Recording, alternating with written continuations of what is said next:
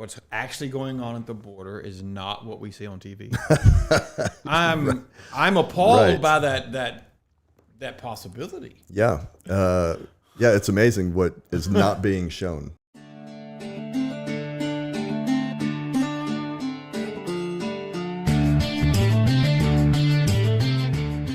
Hey, everybody, we're back. This is Billy Graff with my buddy Bear. Welcome to the Chaos Project. We are still hanging out with Blake. This is a second. He did so good on the first run, we thought we'd bring him back and get him started again. We're going to talk about some different things. We talked about his past and all the military coolness and the fun he had at war. And now we're going to look at some common day things, what's going on out there in the real world. He's been spending some time at the border, and I'm hoping I don't get triggered with this one, but it could happen. I usually get triggered at least once per show. Bear, let's take it off. Let's get going. Hey, if you haven't already subscribed, you need to go ahead and do that before we get started, because I want to make sure you get the next show too. We'll talk to you in a minute, but Bear, let's talk to Blake. Well, brother, back at it, man. We covered your military experience. We covered some of the life lessons, your advice, your time in the old guard and Tomb of the Unknown Soldier, and man, it's always good to talk to another pipe hitter, and especially one that looks like me with no hair.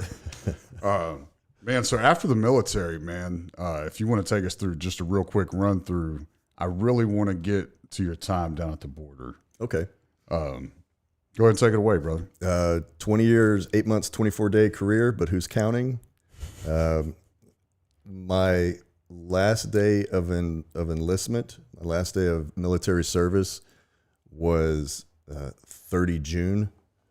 And my first day of being commissioned as a National Park Service law enforcement officer was 1 July. So 0 break in service at that point. I did a season as a park ranger law enforcement officer up in Rocky Mountain National Park. Did you have to wear those little shorts? They wouldn't let me. I requested those. In fact, did you have the cool little caps? Hats? I custom made one that they said were too short. Oh. Yeah, they said I looked too much like Officer Dingle. Showing too much knee. Showing too much knee. Yeah, it happens. Yeah. Yeah, no, I got to wear the Smokey Bear hat. Yeah, cool. It was a great experience. Great experience. Some search and rescues, which is really what I love to do. I didn't really enjoy the law enforcement aspect of it. Right. Fellow park ranger law enforcement officers would walk through the parking lots, smelling for certain smells. They got their asses kicked. I made fun of them for doing that. Yeah. You're in a national park, guy. Just pump. Right. Let people chill out. Right. Don't be a bully. Look for people shooting bears, okay? Right. That was my major concern. I did Right. The poaching, anti-poaching activities, and the search and rescues. We found some injured people and some lost people, and that was my favorite part of it. I bet. And the reason why I went into law enforcement side is because if I'm going to be in the backcountry alone, I want a sidearm. Absolutely. So, Yeah. as much as I love mountain lions and bears and everything, if it's between me and them, it's going to be them. Right. So, did that for a season. My wife at the time couldn't find work, so we moved to Texas for all the reasons. And I got to Texas, fell in with a group of very, very patriotic individuals. And they informed me of some ranches or ranchers that they had talked to in South Texas that were being inundated with modern illegal aliens. And when I say the reason why I differentiate between modern and other is because the groups that have been coming through since for the last few years have not been as respectful as groups prior. Gotcha. So before, a few years back, they would, if they needed something from somebody's house, they would stop at the edge of the driveway and get somebody's attention. If nobody was there, they'd move on. Very respectful, just asking for some water, maybe a couple snacks. If they were told no, they would say, okay, Right. gracias, and keep moving. Now there's been so many home invasions, physical assaults of all varieties, intimidation, theft, stealing vehicles, and near kidnappings. And a lot of the fentanyl is being pushed through Mexico because we've locked our ports down more so than in the past. So China started shipping all their fentanyl through the southern border. If you look at the statistics from Customs Border Protection, you can see how many known terrorists have been apprehended, how many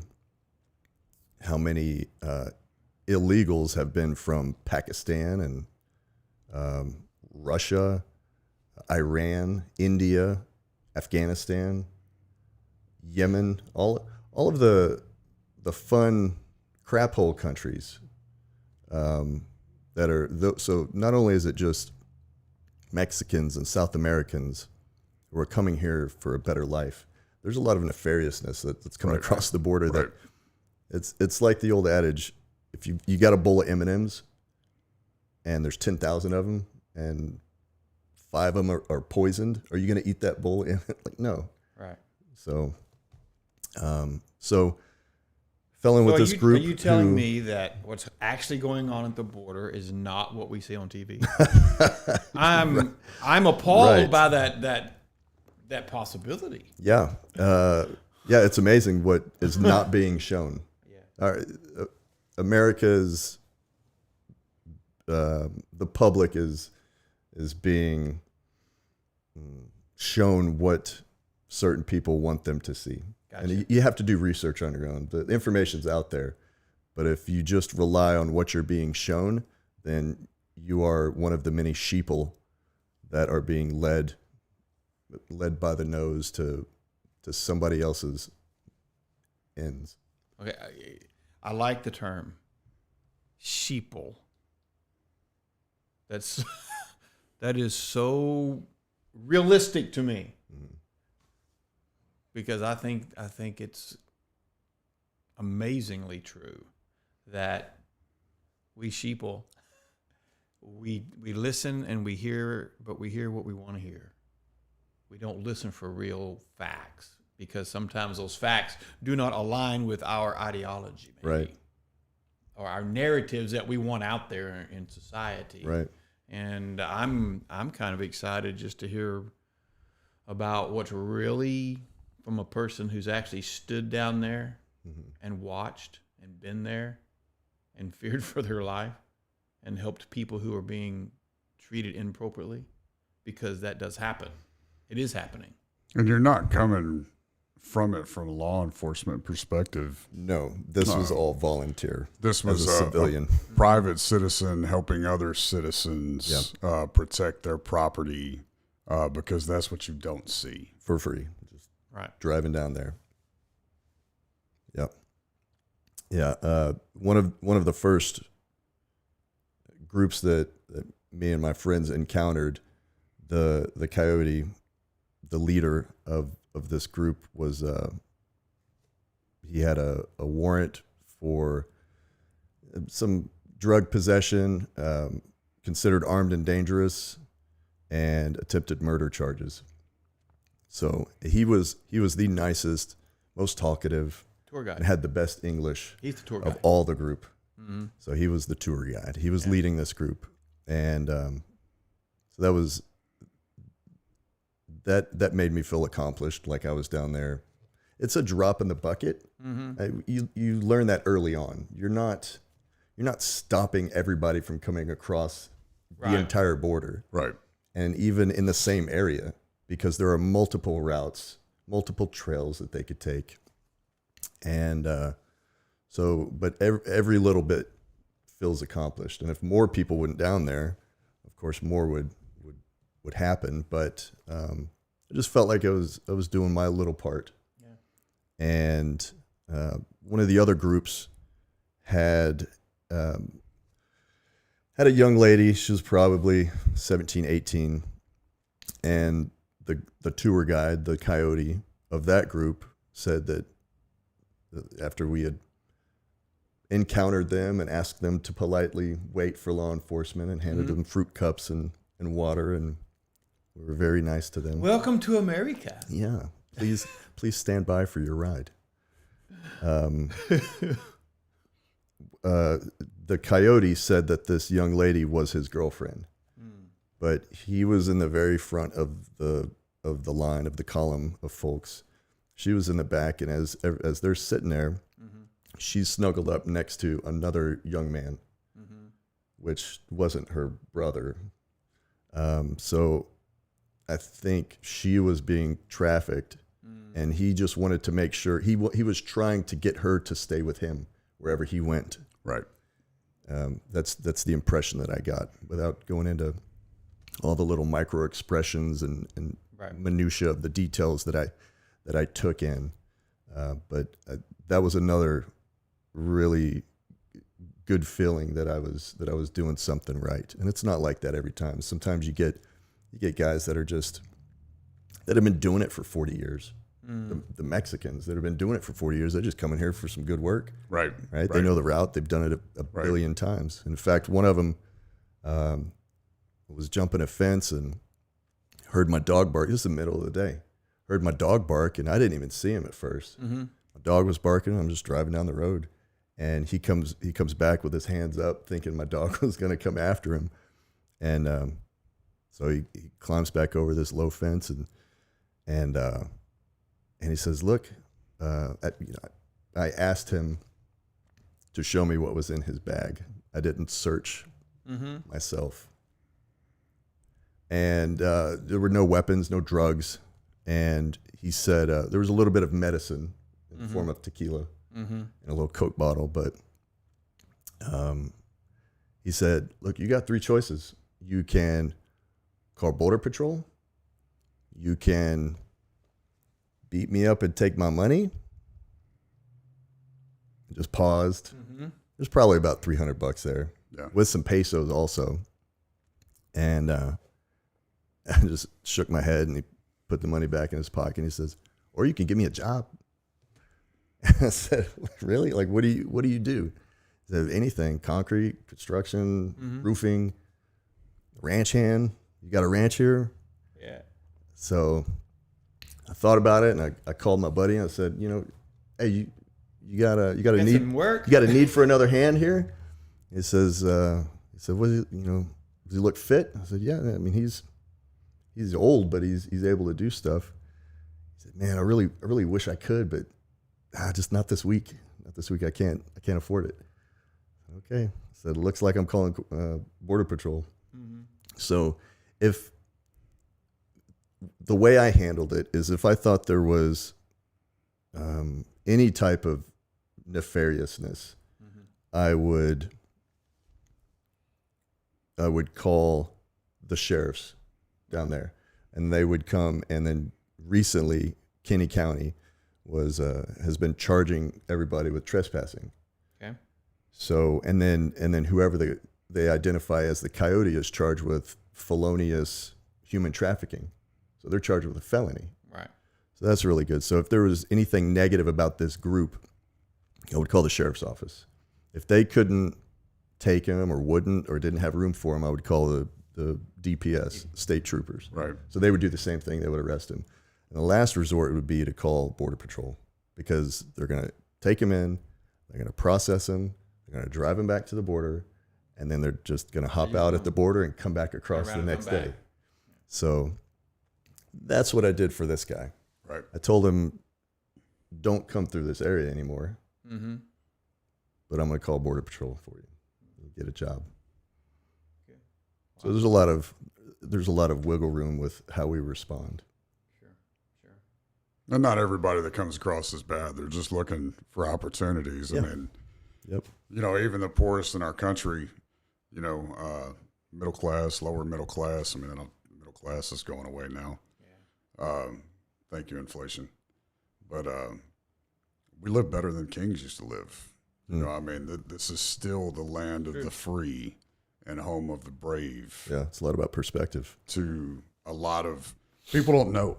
People don't know what's going down on the border. Right. You know, I'm encouraging my kids to travel and see things from a different point of view. Mm-hmm. You were talking about, you know, earlier when we talked, you know, your military experience driving by trash piles that could have been an EFP, that could have been an IED, an explosive device meant to harm, kill, or maim you. Yep. You don't know. You don't know what you don't know. It's all about perspective. You know, your worst day could be a bad grade. You know, if you're a kid, you don't know that as an adult. Just something to take into consideration. Yeah. That's true. The stories that I heard from the ranchers down there are really what spurred me on to keep coming back. Right. One of them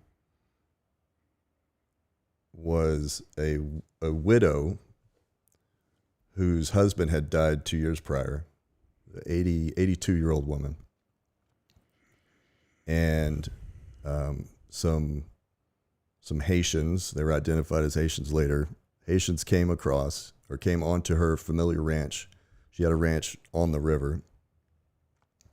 It was about 80 acres. And they had lived there their whole lives. They had built a family there. Their kids were grown and moved off. The grandkids were grown and moved off. And husband had died 2 years prior. She was there all alone. 4 Haitians came in, broke into her house, raped her for 3 days, took everything she had, left her alive, and then moved on. And that's definitely not something you're going to hear about on the news. No, they don't talk about that stuff. Another was a direct anecdote from a guy, a good friend of mine now. His broad daylight, his daughter started screaming in her room, and at this point they had already screwed all the windowsills shut. So daughter started screaming, 3-year-old daughter. Mother looked into the window or looked through the door to see what was happening and saw a man there trying to open up the window. She ran and grabbed their daughter and then ran to the table, pulled a pistol out and ran back into the room. And they have weapons around the house. Like these are ranchers on 1,000-acre properties that don't have people near them. Right. They love the solitude. They love the serenity of being out in nature. Right. And to have somebody multiple times encroach upon that peace and solitude is a detriment to their lifestyle and their psyche. And they're getting PTSD from being constantly on alert as civilians. And so husband showed up and he got his rifle, and by the time he made it to where he could see the guy, he was darting through the mesquite. So fired a couple shots and just to continue to scare him off. Keep him moving. Yep. Another encounter was this other rancher, and these people are land poor. You know, they have 22,000 acres of land, but all the taxes they have to pay for it, they're driving beat up pickup trucks. They can barely afford gas, right? Right. But that's their lifestyle, and they love it. They're not going on vacation because they have to maintain the place. So it's just what they like to do. That's what they were raised to do. So daughter came home from college, and she invited a couple of her friends. Hey, I've got this huge, my father has this huge acreage. Let's go out. And they were swimming in one of the ponds. College-aged women swimming in a pond. A group of, they said about 20 men comes walking up to the pond, and they just, all they could do was cluster together and sink down to their noses in the water to just try to maintain and try to just be quiet to not become noticed. And fortunately, the group didn't stop, apparently didn't notice them. They just kept moving. But these these girls were in fear because this large group of men versus Absolutely. 4 women by themselves in bikinis in a pond. So those type of events and those things happen a lot more than you would even think. And I hear about new instances of aggression and causes of fear every time I go down there. When I was stationed in Arizona, I was lucky enough. I've been to some pretty cool military schools. One of the coolest schools I've went to was Combat Tracker School, and it teaches you how to track people, animals. So we're out in the desert. We're out in Arizona, and you would see sign. You would see tracks. Yep. You would see gallon water jugs. Modified shoes, things of that nature, just basically signs of people traveling through that area. Generally, back in that time, this was around 2010, 2008, 2010 time frame, going through there, guys that just wanted to come over to get a job or work or whatever the case may be would go through the lowlands, and there was a mountainous region as well. Guys that were running drugs would be coming through the mountains. Yep. But thankfully, Arizona was an open carry state. That's where I got my CHL from at the time. Man, I mean, a gun has become part of my culture. It's become part of my identity. Yeah. So Ted Nugent said it best. I've never been in a gun-free zone because I always have a gun on me. True. Yep. Well, it's like parachute. If you need it and you don't have one, probably be the last time you need it. We call that the condom principle, brother. Yeah. Yeah. Better to have it and not need it Right. than need it and not have it. Right. Yep. So true. So true. So what else you got? I So mean, you had a couple of specifics that you wanted to talk about. I did, man.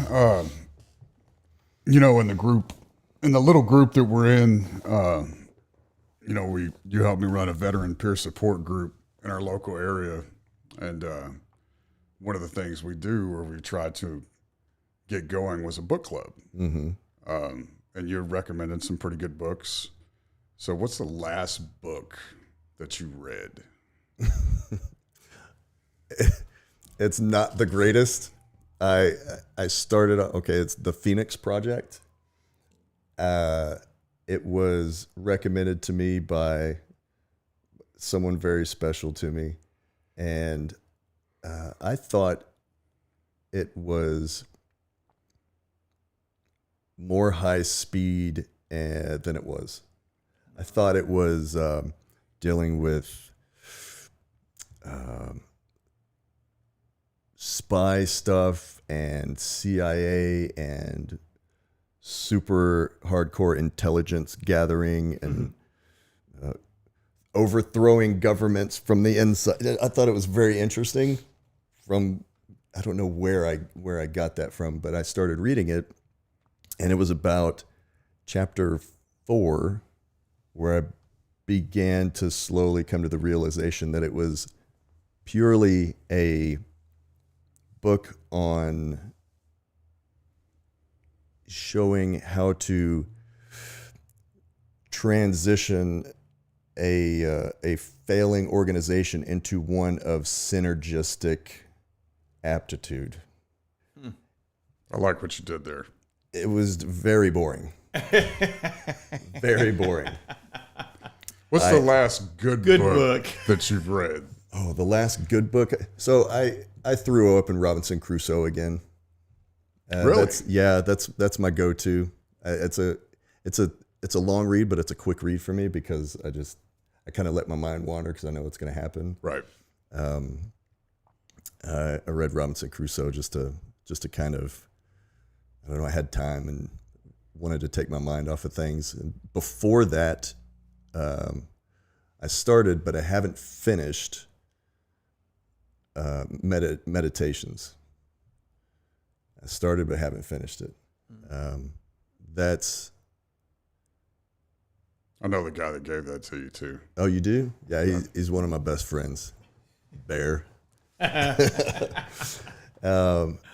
Yeah, that. So I think that's had the most impact on me, other than making sure that I know what a book is about. Like that's a huge lesson learned from the Phoenix Project. But controlling, being the master of your emotions, yet allowing yourself to have emotions. That's a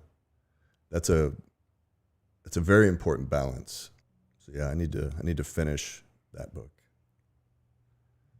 It's pretty good. This is a question I ask almost everybody I meet. It's a great conversation starter. It's one of my icebreakers. If you had 24 hours to spend it with anybody in history, all throughout history, minus Jesus or family, who would it be and why? Oh, you just took my two away. That's the point. All right, let me narrow it down to three vocally, and then okay.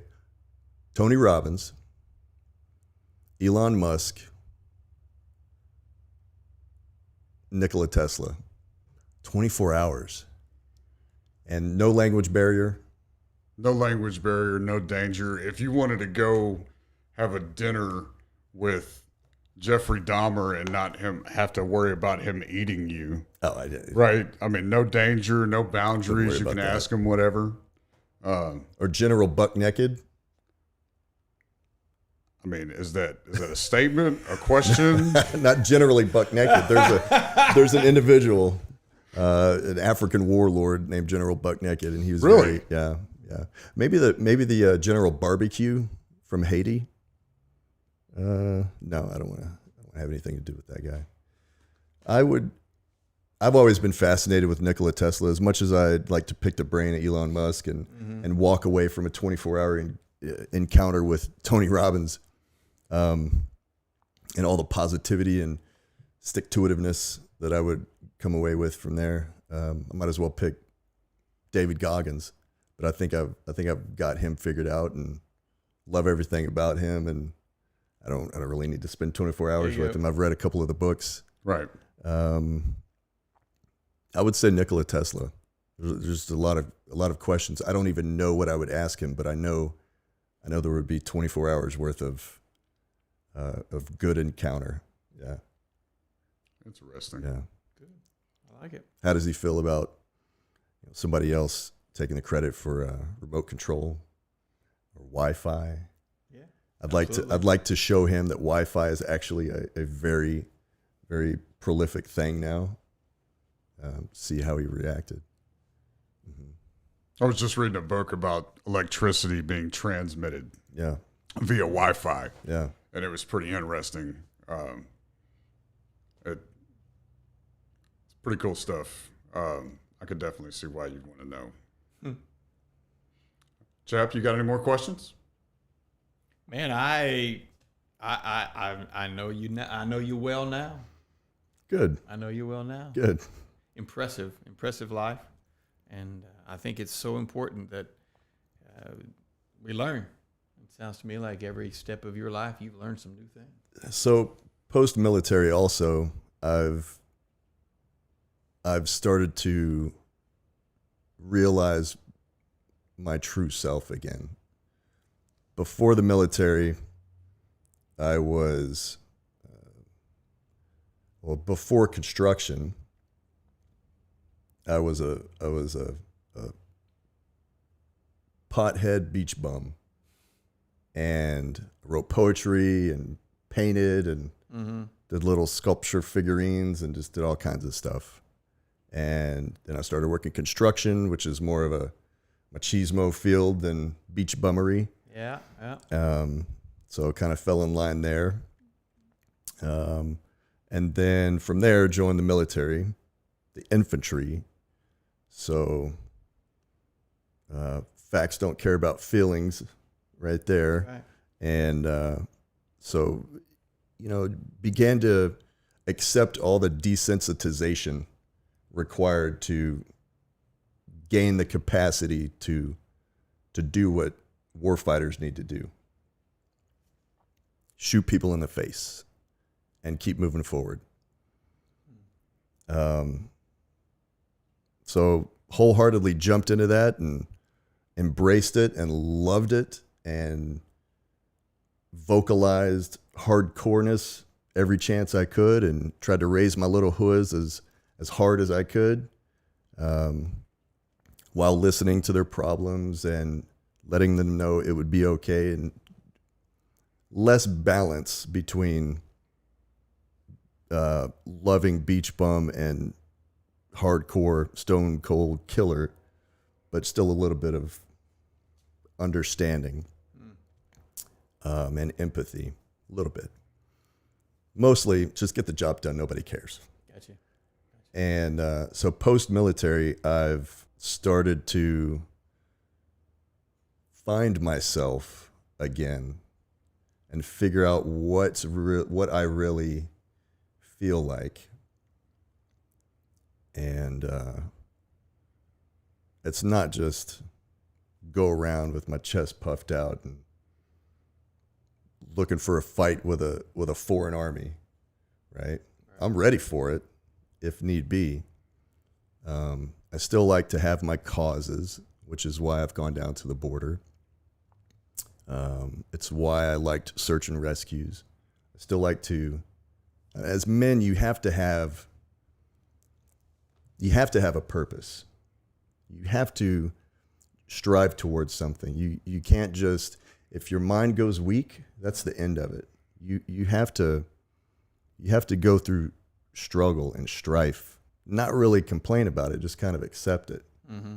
You can talk about it with your fellow man, because they'll get it, right? But you have to be that rock for everybody else. And so I've started pulling back on trying to be hard and started exploring deeper emotions. I started writing poetry again. I started painting. Mm-hmm.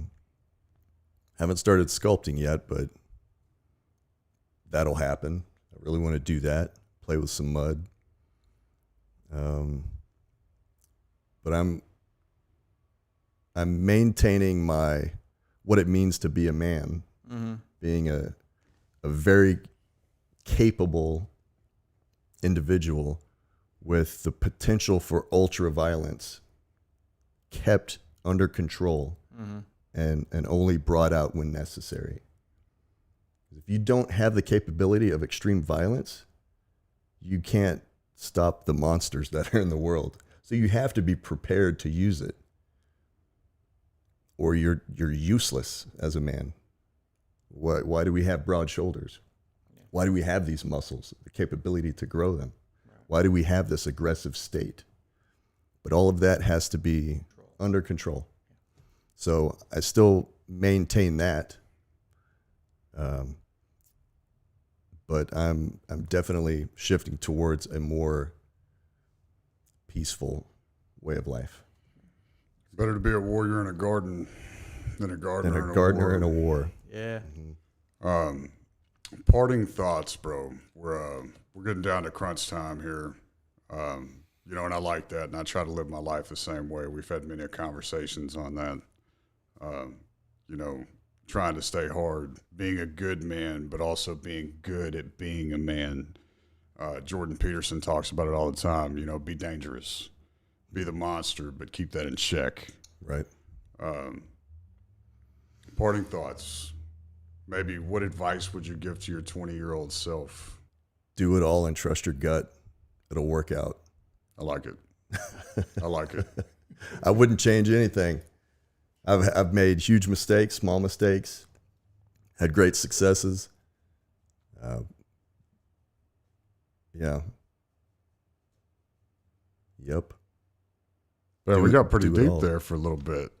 Yeah, I like that, man. Good stuff. I like that. And I appreciate you sharing, and I appreciate you being a part of this, brother. Yeah, thank you. You. Definitely. Really appreciate you taking the time to come by the studio and just lay it all out there, being vulnerable. A lot of times it's difficult for men to do that. Yep. And it's kind of cool. The hard guy you are, but you're kind of seeking a little bit of peace in a different area of your life. And I Right. think that's pretty cool. But that doesn't make you a weenie. You know. Correct. Yep. One of my favorite passages in Scripture is the meek shall inherit the earth. And when I preached that sermon, I said that does not mean I'm weak. Meekness is not weakness. Meekness is a state of mind. And that warrior is still inside of all of us, hopefully. Yeah. So that when that time comes up and when we need to be that type of person for the sake of our family, we're capable. We're capable of doing that. So last words, Bear, I'll give you the last word today. Man, I don't know how I'll follow up all that. Man, I mean, something that we tell each other on a daily basis, man, you know, in group, you know, stay hard. This might get cut out, but it's still your motherfucking set. Yep. Keep going. Stay hard. Do not give up. Yep. 5 more. All right, guys, it's been great. Thank you. Appreciate you. Can't wait for the next one. Don't know what we're going to be talking about on Chaos Project just yet, but I promise you it is going to be rip-roaring good. So you want to go ahead and sign up, Appreciate you. subscribe, follow, like, and whatever else pops up on the screen. Just do it because you don't ever want to miss out a conversation that Bear and Chap are doing, and you sure don't want to miss out on whoever we put in the hot seat. It's a lot of fun. Thanks for watching. Thanks for engaging. Send us some emails. Let us know what you think. If you're going to gripe, we're not interested. If you want to encourage, we're all over it. Have a great day. This is Billy. This is Bear. See you next time.